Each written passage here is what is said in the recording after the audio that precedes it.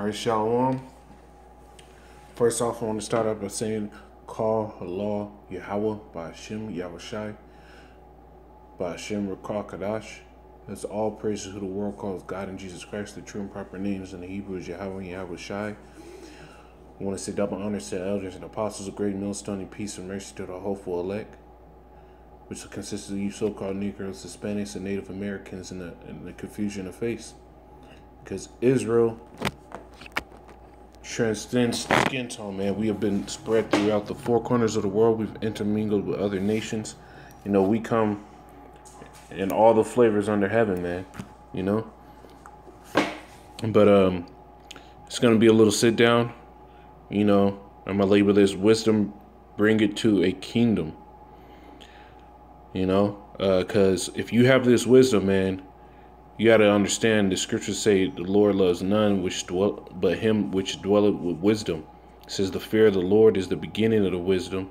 And also says in the book of Wisdom of Solomon, I believe it's the 7th or 8th chapter, very last verse, it says, and when I perceived that wisdom couldn't be have gained by himself, but he prayed to the Most High, because that was a show of wisdom, that he knew it was the Most High's gift to give. You know? And you know, we're in the last days, man, so we gotta wanna get wisdom while we can get it, man, because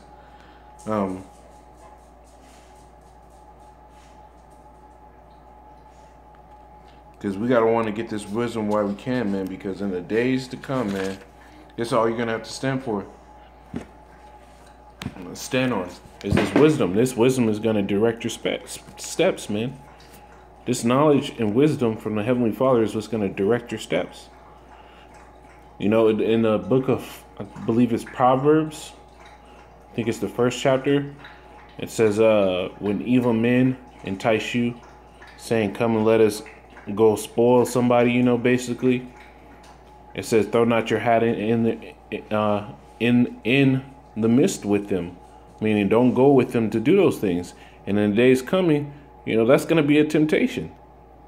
That is going to be a temptation, because you're going to be down and out a little bit, but you know what? The Lord's going to help you out. But that's going to be a temptation, is going out with these 2/3 niggas or somebody who's enticed you to go out and do this bullshit in these days, thinking that, you know, all society's breaking down, you have the freedom to do this. But no, man, it's wisdom not to do those things and just trust in the Lord. Now I'm gonna get off on my first precept. I don't want to ramble on too much. I don't want to make this long. This is Wisdom of Solomon 6 and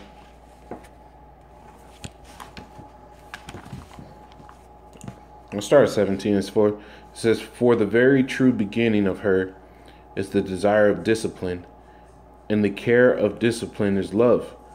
The beginning of who? The beginning of wisdom, because wisdom is a nurturing spirit, you know. Now it says, verse 18, and love is the keeping of her laws, and the giving heed unto her laws is the assurance of incorruption. So by this wisdom, by these laws, statutes, and commandments, which are in wisdom, as it says in the book of Deuteronomy 4 and 6, it says, this is your wisdom in the sight of the nations, you know, which this entire book is full of laws, statutes, and commandments, man. This entire book is full of laws, statutes, and commandments. So, you know, you following this as much as you can to the best of your ability, that's wisdom, man. You're dealing with wisdom. That's the desire and care of discipline right there. It says, verse 19, in incorruption maketh us near unto the Most High. So you following what these verses and these scriptures say is how you become incorruptible, and it gets you near to the Most High. Now it says, verse 20, therefore the desire of wisdom bringeth to a kingdom. You know, you having this word and you have the knowledge of this word brings you to the kingdom of the Most High. It brings you to this assurance of the scriptures. Verse 21, if your delight be then in thrones and scepters of kings of the people, honor wisdom that ye may reign forevermore, man. So this is how we get to the kingdom, man. This is how we reign forevermore. It's through this wisdom, you know. You gotta fight the good fight of faith. You gotta contend. You gotta keep going in these things as best you can. Pray to the Lord as much as you can, and pray that He doesn't take this wisdom away from you. That you can do this thing in righteousness, and then you'll be put into the, you know, you'll be brought to a kingdom, man. You'll be brought to that heavenly kingdom, man, before the Most High with Yahushua ruling over the 12 tribes of Israel in the world, man. And this is Wisdom of Solomon 7 and 11. If all good things together came to me with her, and innumerable riches in her hands, and I rejoice in them all, because wisdom goeth before them, and I know that she was the mother of them. And this is talking about wisdom, man. She's the mother of them, man. Verse 13, I learned diligently and communicated with her liberally. I do not hide her riches, for she is a treasure unto men that never faileth, which they use become the friends of the Most High, being commended for the gifts that come from learning, man. So this you learning these words and you getting the understanding, this is how you're going to be brought to a kingdom. You know, the kingdom starts with you. You got to be brought up to the vibration and the level of the kingdom, man. And this wisdom and learning these scriptures is that first step. Being able to walk up these scriptures and showing discipline in these scriptures is that first step. For you being brought to that vibration to be kingly, to be brought to that kingdom-minded state. It's Wisdom Solomon 8 and 17. It says, now when I consider these things in myself and pondered them in my heart, how that I could be allied unto wisdom in immortality, in great pleasure it is to have her friendship, and in the works of her hands are infinite riches, and in the exercise of conference with her, prudence, and in talking with her, a good report. I went seeking how to take her. I went seeking how to take her to me. You know, with wisdom, you're going to be brought to that rulership. It says, if any man desire a kingdom, scepters, rule, you got to get wisdom first. So this is how you be brought to that kingdom. This is how we as Israelites will become the rulers of the world, through wisdom. So right now, before, you know, and it's evident that the internet's about to get shut down. It's evident that the Lord's going to take this word off the streets and off this internet, man. It's evident. So with that time being, with the little time that we have, man, get as much wisdom as you can, because this is going to be you getting to the kingdom. The Lord loveth none but him that dwelleth with wisdom, man. Let's see if I can find that. Yeah, this is Wisdom of Solomon 7 and 28. For the Most High loveth none but him that dwelleth with wisdom. It also says that this is how you be called a friend to the Most High, is by wisdom, man. This is Proverbs.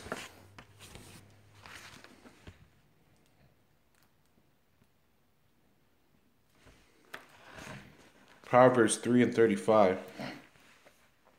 It says, the wise shall inherit glory. What is that glory? It's the rulership.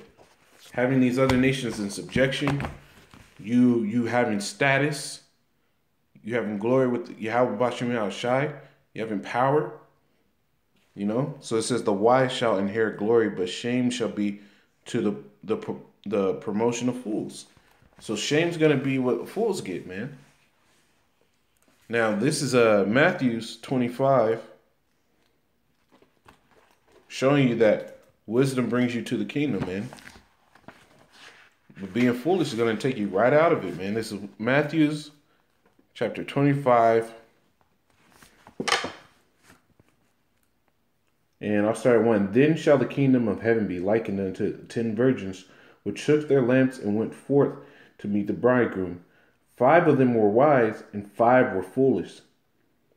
They that were foolish took their lamps and took no oil. They that were foolish didn't stay in this thing, didn't prepare, and didn't sit here and fear the Lord and ask the Lord for wisdom and keep going in this thing. It says, while the bridegroom tarried, they are slumbered and slept. And at midnight there was a cry made, Behold, the bridegroom cometh, and go ye out to meet him. Then all those virgins arose and trimmed their lamps. And the foolish said unto the wise, Give us of your oil, for our lamps are going out. The foolish, they're asking for the wise to give them what they have. You got to understand that, because they know that you need what the wise had to get to the kingdom, to be seen, to be acknowledged in that day, man. It says, but the wise answered and said, No, not so. Lest there be not enough for us and you, but go ye rather to them that sell and buy for yourselves.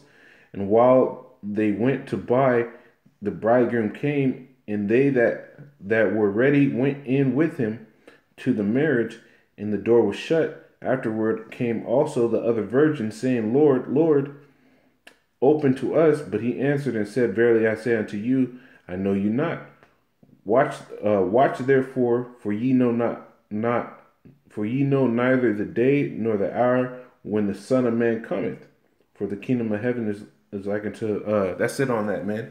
So the foolish were taken out of that rulership, but the wise were slid in because they were ready for that marriage. They were ready for the Lord to come.